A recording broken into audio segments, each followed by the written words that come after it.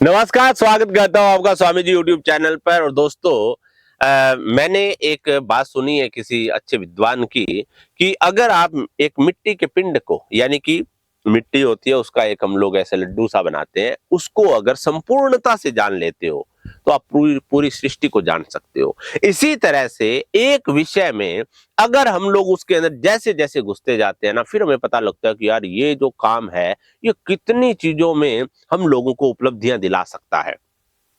जैसे public speaking है। अब क्या है, मैं अक्सर क्या करता था पहले, जैसे मान के चलो कि ये फूल है सरसों का। अब आप आयुर्वेद का काम करते हैं या आप एक मार्केटिंग करते हैं, आपकी शॉप है, ये गारमेंट्स की है, या हम कहेंगे कि कोई कपड़े की दुकान है, सब्जी की दुकान है। वहां पर आप जो है ना, इस तरह की प्रैक्टिस आप कर सकते हैं। अगर आप नहीं भी करते, बच्चे जैसे छोटे छोटे होते हैं वो प्रैक्टिस करते हैं कि आज मैं आपको खेत में ले चलता हूँ, देखिए सरसों का फूल है, अगर आप इसकी सब्जी बनाकर खाते हैं तो रियली आपको जो है ना, आंतों को इससे बहुत लाभ होता है।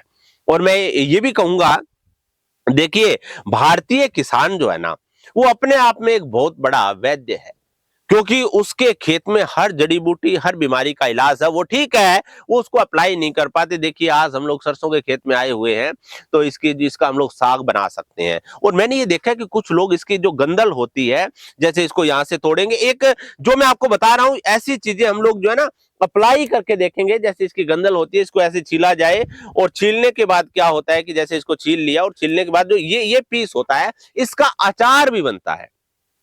अचार बनता है, बड़ा स्वादिष्ट बनता है। और इस अचार को खाकर मैं आपको सच कहता हूं कि आपकी ना जो प्रॉब्लम्स है, विशेष करके आंतों की प्रॉब्लम, वो आपकी समाप्त हो जाएगी, क्योंकि ये कच्ची होती है। और कच्चा खाना जो है वो पेट को कहीं ना कहीं स्वस्थ करता है। इसलिए दोस्तों, आप जो है ना खेतों में जाइए, वहां की शुद्ध हवा लीजिए। ये देखो, इस तरह का काम हो गया।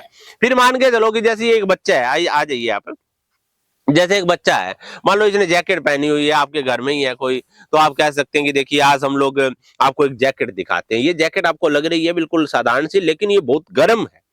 अगर कड़कड़ाती उसमें बिल्कुल ठिठुराती ठंड में अगर बच्चा इसको पहन लेता है, तो मैं कहता हूँ कि बिल्कुल ठंड तो उसके नजदीक आती ही नहीं है, बिल्कुल भी। कैसा लग रहा है आपको ये पहन के? ये हमारी कंपनी की जैकेट है। अगर आप इसको खरीदना चाहते हैं तो आपको जो है इस बार ऑफर दिया जा रहा है, 500 रुपए में 3 जैकेट आपको दी जा रही है। तो इस तरह से जो है आप बातें कर सकते हैं। और ये खेल खेल में, खेल खेल में, जैसे मेरी छोटी गुड़िया है, वो इस तरह से करती है। मैं उसको कहता हूँ कि बेटा, ये जो है ना बेड का गद्दा है, तो इसके बारे में आपने बताना है, तो वो प्रयास करती है। तो पब्लिक स्पीकिंग जो है वो इस तरह से अगर आप करते हैं, तो मैं कहूंगा कि आप 1 महीने कर लीजिए इस तरह के काम। फिर आप देखना, आपका फ्लो, आपकी नॉलेज और चीजें जो है ना माइंड में इसी तरह से आएंगी। आप खेत में चले गए तो वहां पर ऑब्जर्व किया और आपने बहुत बड़ा भाषण तैयार कर दिया। आपने जो है कोई एक नई शूज की जोड़ी देखी, किस तरह से मार्केटिंग करते हैं लोग, और आपने उसको उठाया और बताना शुरू कर दिया, ये शूज है इस तरह से। अब ये इसका हो सकता है कि आपके जीवन में महत्व ना हो भी, क्या मुझे बेचना थोड़ी है, बेचना हो तो भी ठीक है, नहीं बेचना तो कम से कम आपको इस चीज का ज्ञान है कि कैसे शब्दों का फ्लो होता है। वही शब्द घुमा फिराकर मंच पर आते हैं। बने रहिए, सीखते रहिए। छोटी छोटी चीजों से ही आप मंच के बहुत अच्छे संचालक बन पाएंगे। अगर आपको मंच पर बोलना सीखना हो या किसी भाषण के संचालन की स्क्रिप्ट चाहिए, तो दिए गए मोबाइल नंबर पर संपर्क करें। धन्यवाद।